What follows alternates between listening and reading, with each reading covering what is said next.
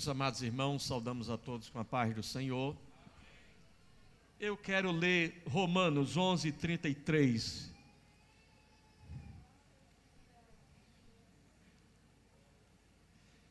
Onze 33 diz assim: ó profundidade das riquezas, tanto da sabedoria como da ciência de Deus.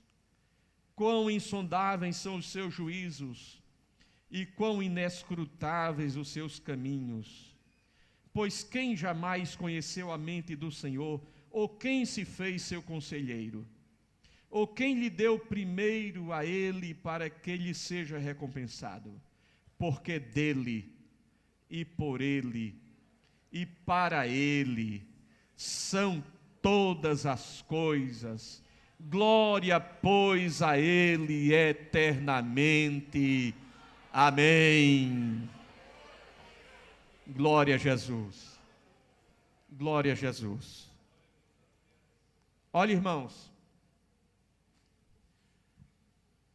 quando nós olhamos para um texto como esse, e este assunto que eu tenho para falar brevemente aqui, não é uma pregação, é uma reflexão bíblica, porque o tempo nem permite tanto, mas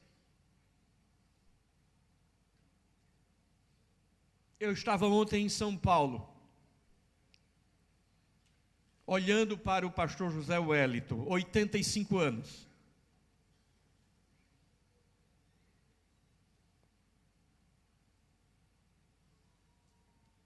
Tem mais energia do que eu acho. Aquela bateria é alcalina. Aquilo não é coisa humana, é coisa divina, porque um homem com 85 anos fazer o que ele faz,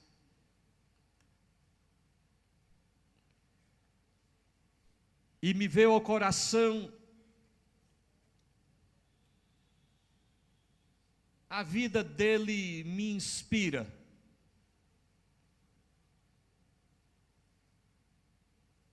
Pelos desafios. E quando olhamos para esse texto, nós começamos a observar profundidade das riquezas, tanto da sabedoria como da ciência de Deus. Quão insondáveis são os seus juízos e quão inescrutáveis os seus caminhos. O que Deus faz, o que Deus opera, como Deus age na vida de cada um, como Deus age na vida da sua igreja. Se nós formos olhar para a história desta igreja, os sofrimentos que esta igreja passou desde o seu princípio,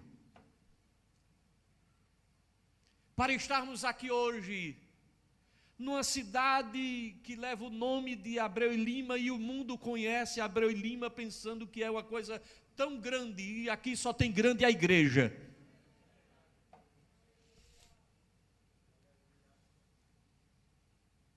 E quando eu digo a igreja, não é o templo não, é o povo.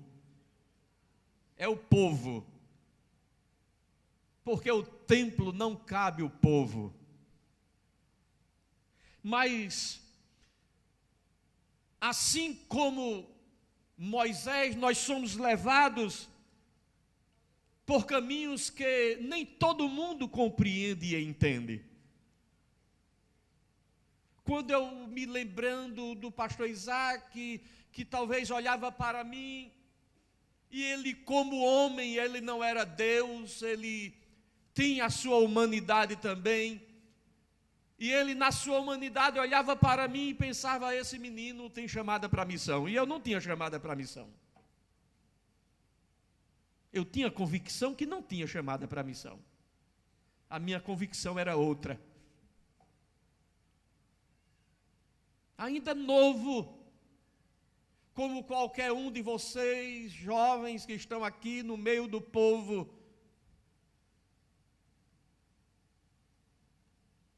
me lembro daquilo que Josué e Caleb conversaram entre si. Quando um disse para o outro: eu bem sei o que Deus falou acerca de mim e ti em Cádiz Barneia.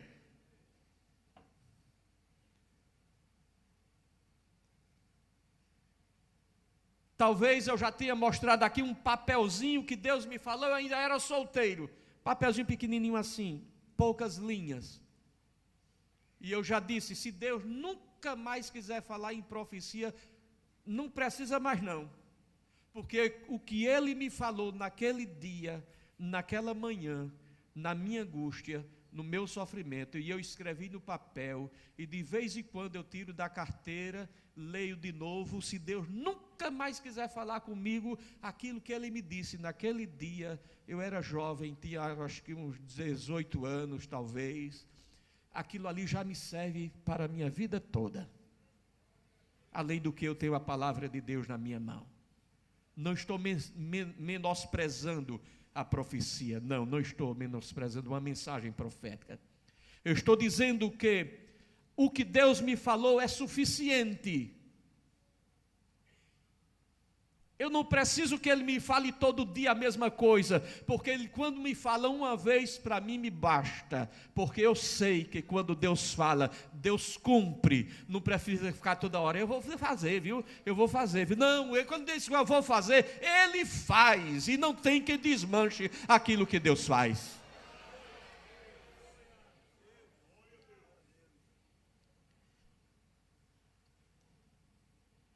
Êxodo 14, Moisés disse ao povo: não temais, estai quietos e vede o livramento do Senhor, que hoje vos fará, porque aos egípcios que hoje vistes, nunca mais os tornareis a ver. O Senhor pelejará por vós e vós vos calareis. Foi Deus que levou Moisés para aquele lugar.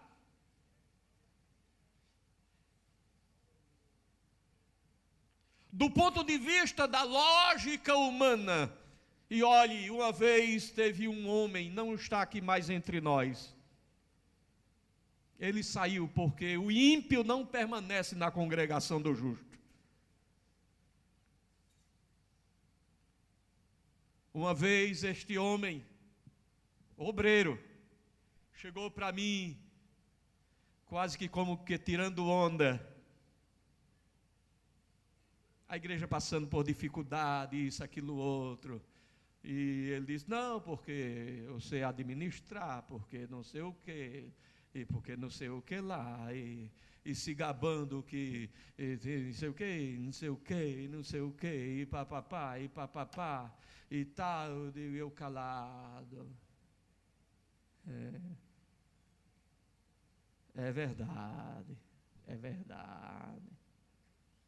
Aí o sábio quebrou, o comércio fechou, e a igreja está caminhando, a igreja está construindo, a igreja está trabalhando, e o inteligente quebrou. Irmão, não se brinca com as coisas de Deus.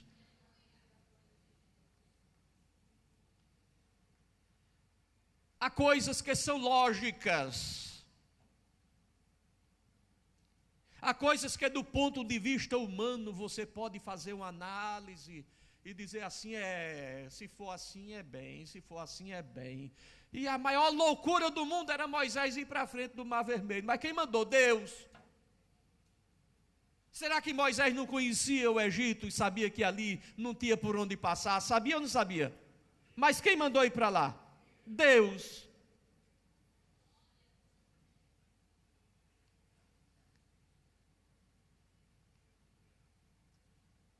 Então a igreja do Senhor, ela vive entre o natural e o sobrenatural.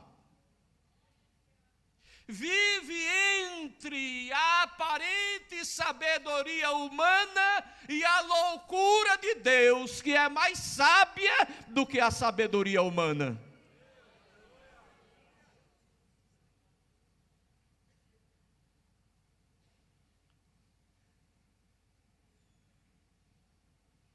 E quando os lógicos os pensadores do arraial começaram a analisar Moisés. Esse homem não sabe para onde é que está indo, não. Não tem lógica isso aqui, não. Não tem lógica isso, não. Está vendo que isso não tem lógica? Esse homem está vivendo, não tem lógica.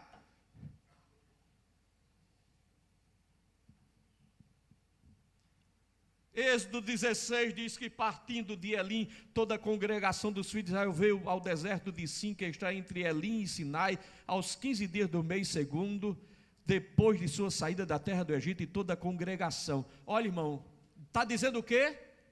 Toda a congregação. Você sabe o que é toda a congregação? Não foi meia dúzia, não. Não foi um, não foram dois, não foram três. A Bíblia diz, Êxodo capítulo 16, toda a congregação dos filhos de Israel murmurou contra Moisés e contra Arão no deserto. Toda.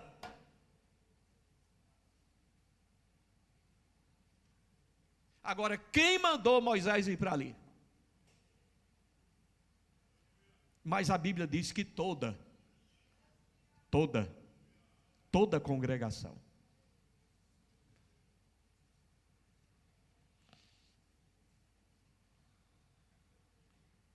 Êxodo 17, 1 e 2 diz que então contendeu o povo com Moisés e disse: dá-nos água para beber. E Moisés lhes disse: por que contendeis comigo?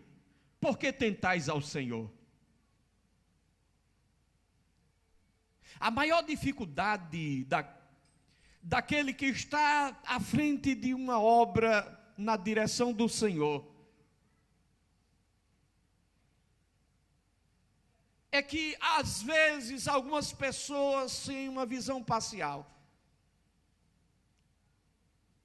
Eu me lembro que eu trabalhei com o pastor Isaac, e teve ocasiões que eu olhava para ele assim, resolvendo as coisas, tratando as coisas, e eu fiquei pensando assim: por que o pastor Isaac está fazendo assim? Eu não fazia assim, ele faria. Eu nunca disse isso a ninguém. Eu ficava pensando dentro do meu coração. Ninguém nunca viu em reunião, em canto nenhum, o pastor fez errado. Mas eu tenho juízo para pensar, não tenho? Eu ficava dentro de mim assim pensando: será que o pastor Isaac não está errando nisso? Quando dava a volta assim, dava tudo certo. Aleluia.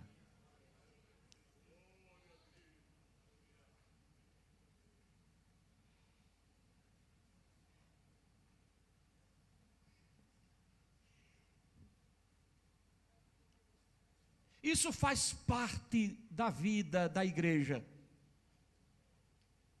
Por que o pastor está fazendo assim? Porque às vezes não está enxergando, não está vendo, não está entendendo, não está compreendendo, não está alcançando. A Bíblia diz que quem subiu no monte foi... Quem foi que subiu no monte? Foi Moisés. E quem sobe no monte tem capacidade de ver aquilo que quem está embaixo do monte não vê. Só que quando Moisés subiu o monte não estava claro não, o monte estava escuro.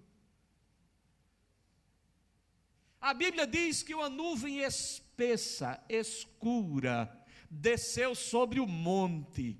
Não estava claro não, estava tudo escuro, uma nuvem escura desceu sobre o monte, um nevoeiro forte, trovão, relâmpago, olhe, tempestade em cima do monte, escuro, espessa a nuvem, não se enxergava, o cume do monte ficou escuro, nublado, não se via nada, mas embora não se visse, o povo estava lá embaixo somente ouvindo barulho, e Deus falando com Moisés, e Moisés falando com Deus.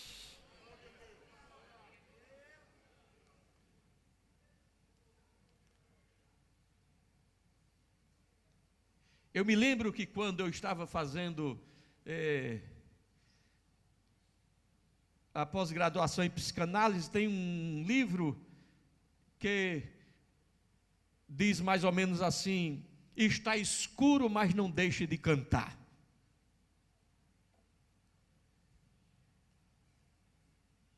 Porque às vezes nas horas mais escuras da vida, são as horas em que a gente deixa de ver para poder ouvir.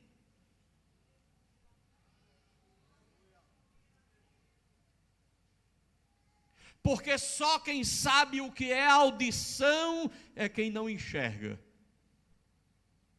Uma pessoa que não enxerga, o seu ouvido se torna aguçado. Uma pessoa que não enxerga, escuta o que você não escuta. Uma pessoa que não ouve, vê coisa que você não vê. Porque o sentido fica aguçado. Então, por que o povo não estava entendendo Moisés? Porque quem subiu no monte foi Moisés. Não foi o povo que subiu, foi Moisés que estava no monte. O que Deus mostrou a Moisés no monte, mostrou a Moisés. E o povo disse,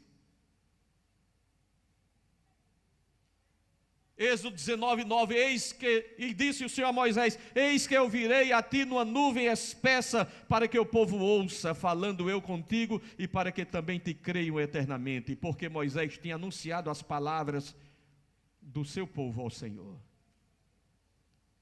Isaías 55, 8 diz que os caminhos do Senhor não são os nossos caminhos.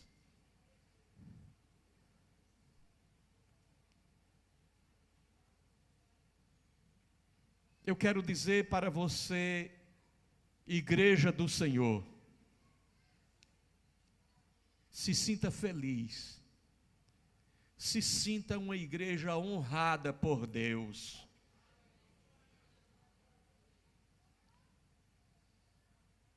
Se sinta uma igreja privilegiada pelo céu. Porque acima de todas as coisas, Jesus morreu pela igreja.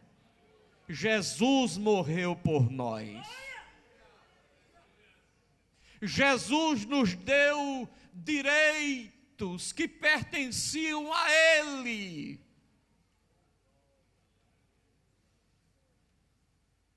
A Bíblia diz que se Ele é herdeiro, nós somos co-herdeiros, nós herdamos com Ele.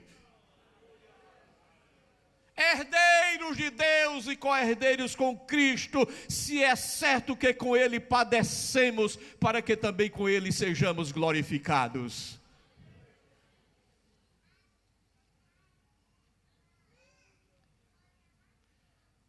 Os nossos caminhos humanos às vezes são apenas veredas, mas os caminhos de Deus não.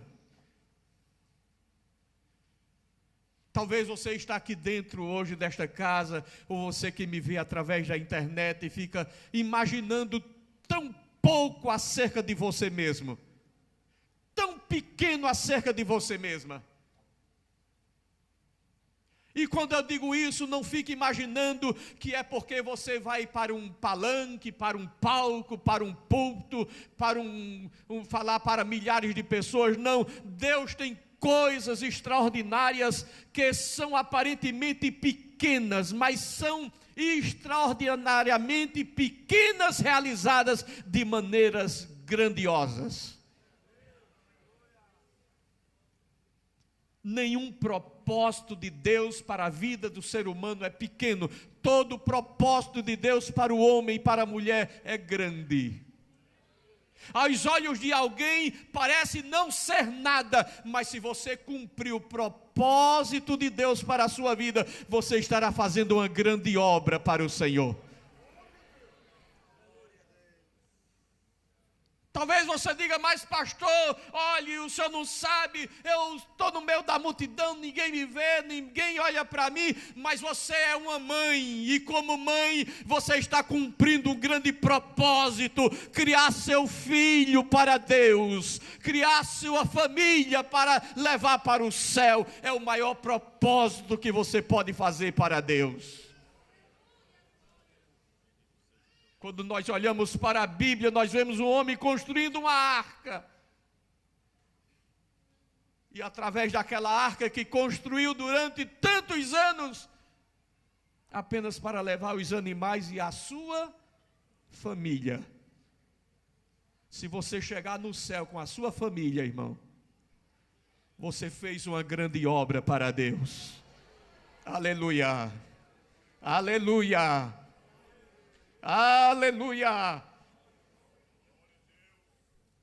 Se você passar a sua vida todinha construindo a arca, dizendo: meu filho, fique dentro da arca, minha filha, fique dentro da arca, meu filho, fique dentro da arca, minha filha, fique dentro da arca, e quando a chuva vier, que levantar as águas, e que você subir, quando a arca pousar na montanha, você vai olhar assim: meu menino está ali, minha menina está aqui, nós escapamos, nós sobrevivemos. Aleluia, aleluia. Não imagine coisa grande isso que eu estou fazendo aqui. O pastor é importante, veja ele ali falando. Não, tire isso da sua mente. A coisa mais importante que você pode fazer é você ser fiel a Jesus, andar na presença de Deus. Se você fizer isso, você estará cumprindo o maior propósito para o qual você foi criado, fazer com que a sua vida seja para a glória de Deus, porque eu falar aqui é transitório. O pastor Isaac falou nesse microfone, tanta gente falou nesse microfone, pastor Antônio Ulisses falou, pastor Zezito falou, e tantos outros companheiros. Um dia desse, Josué Balbino estava aqui cantando, e Jesus guardou, está no céu com o Senhor. Isso é transitório, mas o maior propósito não é estar aqui nesse microfone. O maior propósito é saber que o nome está escrito no livro da vida.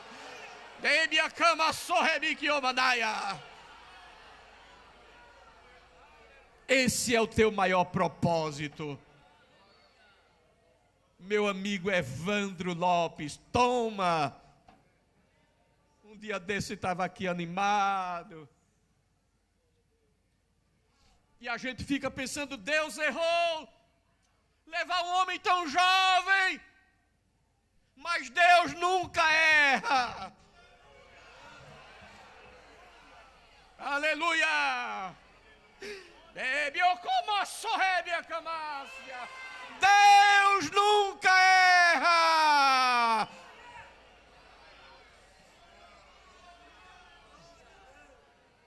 A Bíblia diz que Deus tira o justo antes de ver o mal.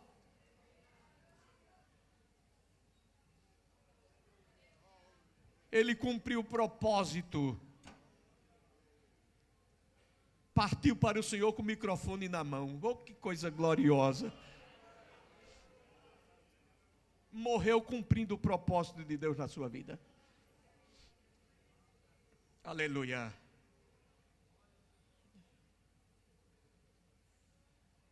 Eu quero encerrar. Meu Deus. Aquilo é 9 horas ou está errado ali aquele negócio?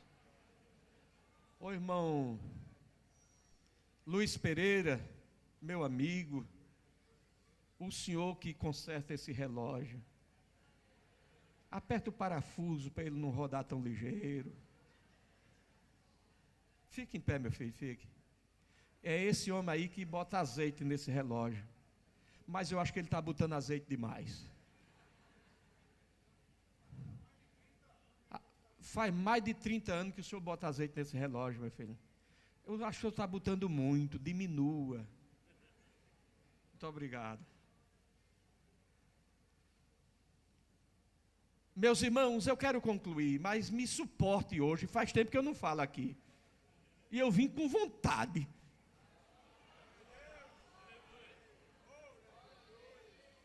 Fazer o quê? Eu vou terminar já. A nossa caminhada não é fácil, é assim mesmo. Viu? Olhe, diga, eu vou dar uma de pregador assim, de de movimento. Diga para o seu irmão aí, a vida não é fácil não. Pronto, agora virei pregador, toma.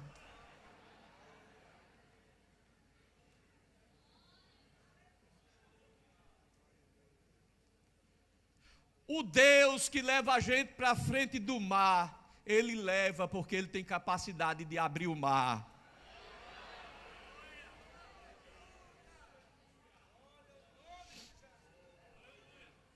Quando nós lemos Josué capítulo 6, Deus levou o povo para a frente da muralha de Jericó. E se Ele botou o povo na frente da muralha de Jericó, é porque Ele sabia que podia derrubar a muralha de Jericó.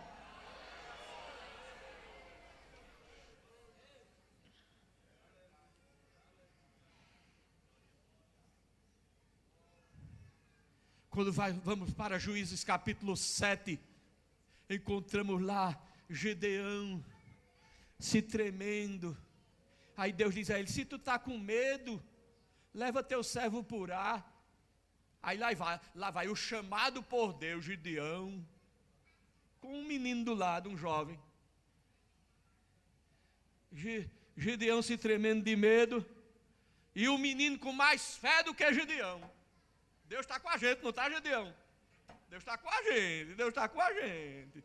E Gedeão, se Deus é conosco, o novelo vai ficar seco, o novelo vai ficar molhado, e tal. Aí ele vai se tremendo com o purá, entra no arraial e está confiando. Eu sonhei essa noite, vi um negócio ribuliço por cima da gente assim que acabava com a gente. Aí talvez eu estou fazendo aqui uma alegoria, acho que purá disse a Gedeão: está vendo, Gedeão? Deus está com a gente, Gedeão, Deus está com a gente. Quantas vezes a gente precisa de um purá perto da gente?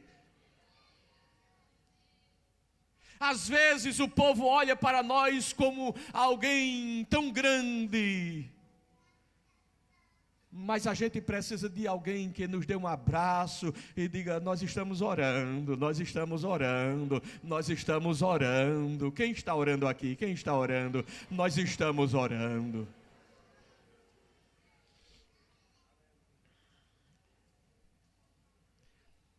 Deus nunca vai levar você para deserto que falte maná.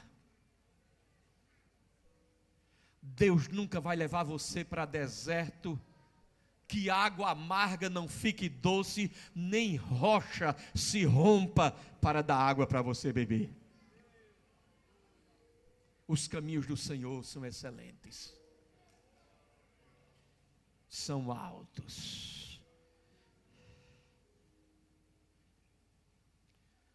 Mas eu quero concluir dizendo uma coisa.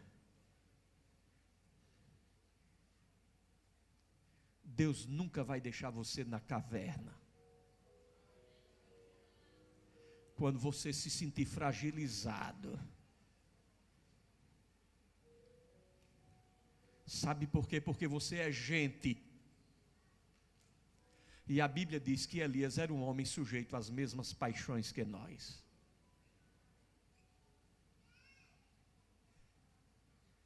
E se por algum momento da caminhada ou da jornada você se afastou da rota e desceu para um lugar diferente e entrou dentro de uma caverna, Deus vai estar na boca da caverna dizendo: Elias, volta para o caminho, Elias.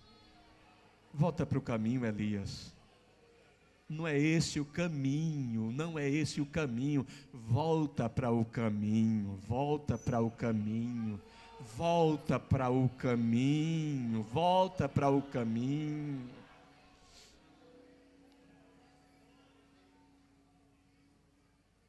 E quando você olhar para o caminho e não enxergar mais nada, se lembre que a Bíblia diz que nós não andamos por vista,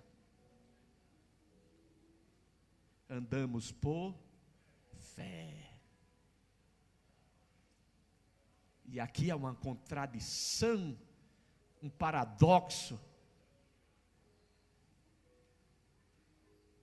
porque o racionalismo vai dizer: eu estou vendo isto, mas o que crê está dizendo: Mas não foi isso que Deus me falou. José viveu isso. Deus mostrou para José um caminho de honra. Mas o caminho que ele trilhou foi um caminho de fracasso, de prisão, de calúnia, de difamação. Mas a Bíblia diz que Deus era com ele. Aleluia. O que nós precisamos ter na nossa vida como crentes é a convicção que Deus está conosco. E por mais absurdo que seja o caminho que Deus apontar para nós, eu não devo ter medo, porque eu escuto a voz do Espírito dizendo assim: este é o caminho, anda nele, anda nele, anda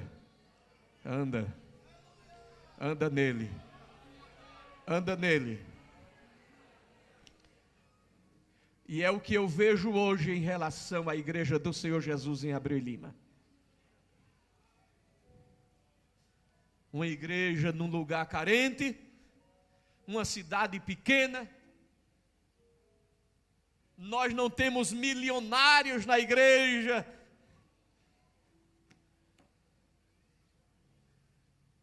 Mas uma igreja que está ouvindo a voz do Espírito dizendo: anda, anda, anda.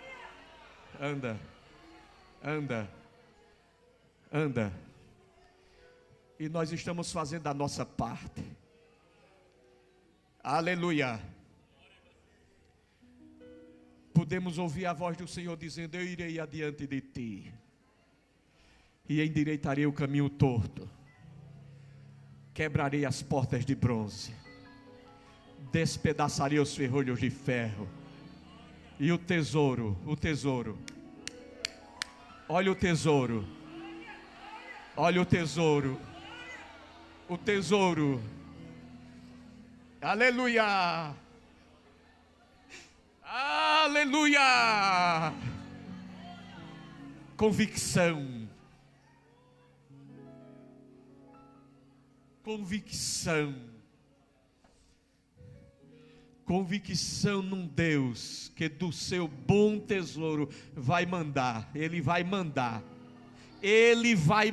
do seu tesouro, Ele vai mandar. O que a gente deve fazer? Seja crente, seja fiel ao Senhor, e deixe que do resto Deus vai tomar conta.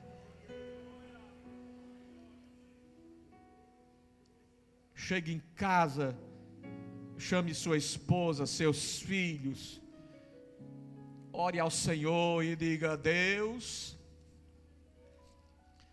eu sou a tua igreja, nós somos a tua igreja.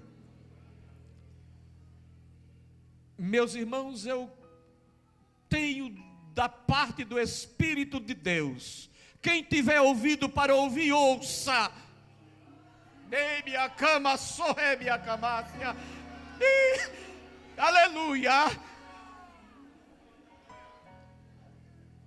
Sinta na sua vida que você é a igreja do Senhor. Sinta isso.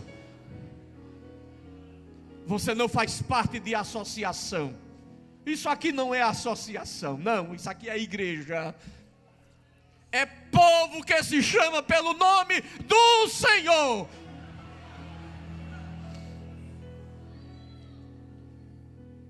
E esta igreja nasceu e cresceu. Muita gente pagou preço para que a gente pudesse estar aqui hoje. E quem pagou o maior preço foi Jesus. Aleluia. Aleluia. Oh, que vontade de dar glória a Jesus. Glória a Deus. Glória a Deus. Glória a Deus. Glória a Deus. Glória ao nome de Jesus. Aleluia.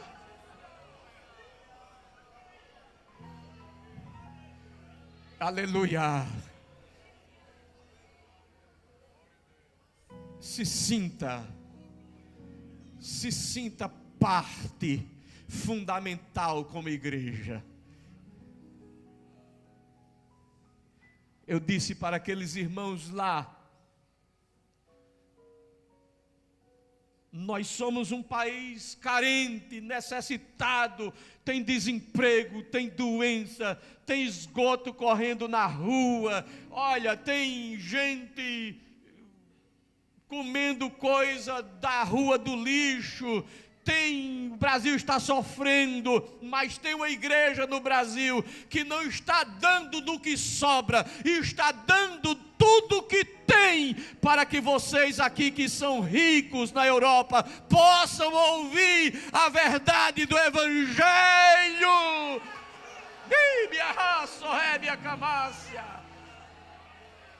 Igreja do Senhor Jesus. É impossível, eu digo para vocês, é impossível que Deus não considere isto. Porque se fossem europeus vindo para o Brasil, é como os americanos que vieram aqui distribuir cadeira de rodas. Porque eles têm condições de fazer. Quantas necessidades nós temos aqui, mas nós não estamos dando nada do que nos sobra, nós estamos entregando tudo que é do Senhor, e não negamos aquilo que é do Senhor. E quando a gente não nega aquilo que é do Senhor, o Senhor se compromete com a gente e dizer assim: eu vou abrir janela do céu, eu vou derramar bênção tal, eu vou abrir o céu, eu vou derramar do celeiro, eu vou abastecer, eu vou suprir, eu vou dar, eu vou mandar, eu vou entregar. Abre a tua mão e recebe do céu aquilo que Deus tem para prover na tua vida.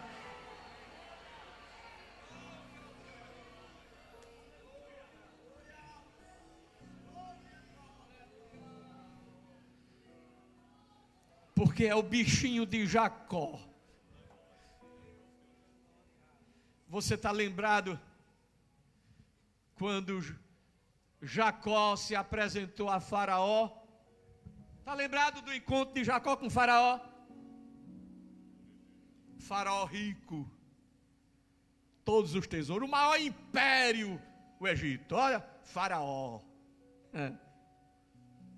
Aí chega Jacó, com um cajado na mão,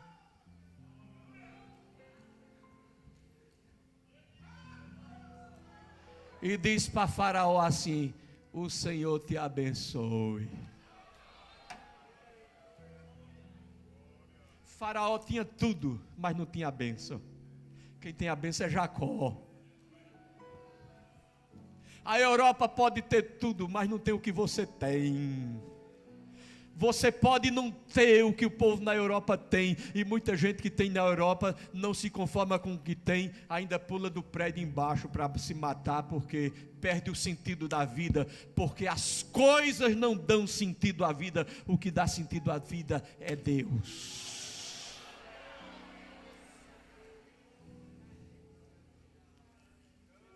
Me lembro que em 2011 eu fui para a Suécia, nas comemorações do centenário, e da Suécia nós fomos para a Alemanha, e ficamos ali na casa do pastor Everaldo alguns dias, e ele nos levou até a Suíça.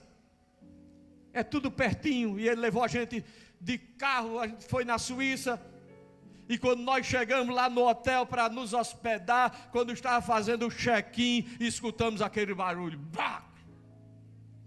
O povo correu, o que foi? Uma pessoa pulou do prédio embaixo, na rua do hotel.